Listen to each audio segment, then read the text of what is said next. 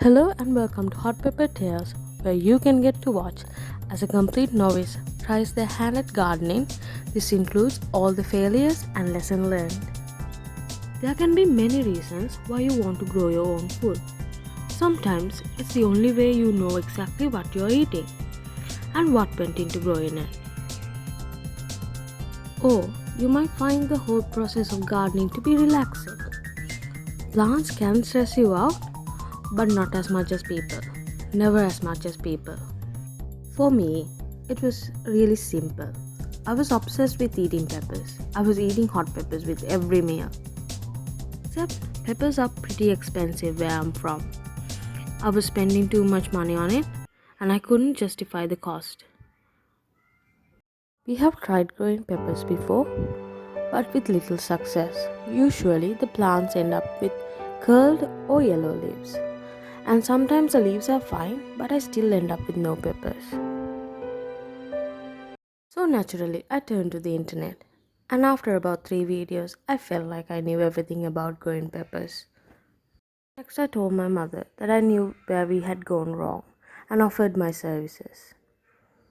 She did not have faith in me, so I wanted to do it on my own.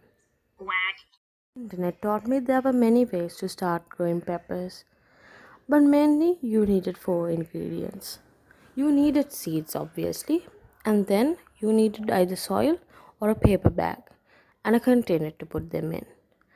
And finally, you needed enough water to make things moist but not wet. So, all of these chilies are called cobra chilies, so I can't tell you the exact species. But since I had hundreds of seeds, I decided to run a little experiment.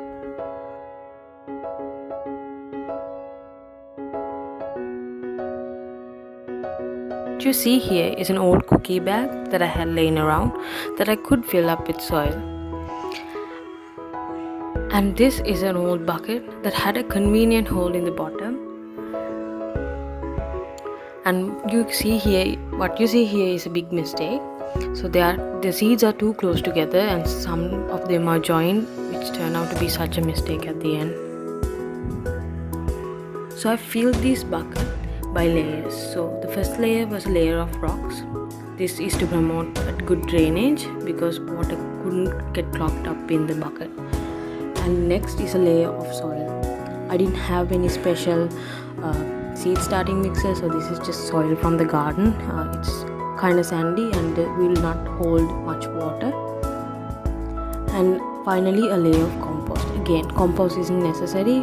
In fact, a lot of people will tell you to use a seed starting mix which doesn't have a lot of nutrients in it. So I waited and waited and waited for any kind of results and I couldn't find any.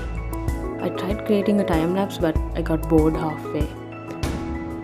And the first result that I got was kind of a disaster.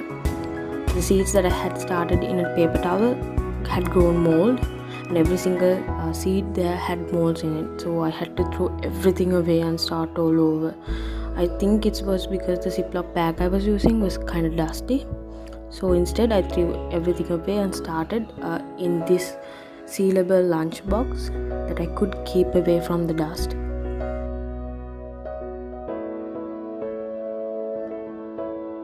Honestly, I kind of forgot about the cookie bag that I had because I didn't pay a lot of attention to it. But to my surprise, the first thing to grow sprouts was the cookie bag. So the first day I had one and the next day I had two and it didn't stop, it kept on coming and coming. And then I realized I'd made a huge mistake there as well because this is a very small bag and it barely had enough room or soil for one plant to grow. And now I think I had planted about 20 and at one point there were 15 sprouts and I felt like I had to do something except for thinning them out because those were my babies, my first plants, and I had to save them all. So I searched on the internet and everyone told me to leave them alone until they grew a little taller, but one forum post about tomatoes said if I were careful I could start right now and maybe gently lift them up by their leaves, not the stem because the stem was delicate, and plant it somewhere else. Well, when I tried to do that, unfortunately, the delicate root snapped in half, and I tried again and failed again. So that was a lesson that took 2 tries for me to get, but I did get it, and I finally decided to just leave them alone until they got a little taller and grew their first true leaves, as you can see here. So I left the rest alone to heal. And let me also introduce you to the enemy number 2 of my plants. She is an outdoor cat. I see her all the time when it's really hot. She has her favorite places, and I thought we were cool, but I think next day when I came out, I saw the massacre, and I think this was her favorite spot, and I had overtaken it. So I did another mistake. I patched things up and left them alone at the exact same spot, which I think kind of pissed her off, because the next day it was worse. It was so much worse. There was no saving any of these plants. So I learned my lesson, and I wanted to share it with you. If you have cats, leave their places alone.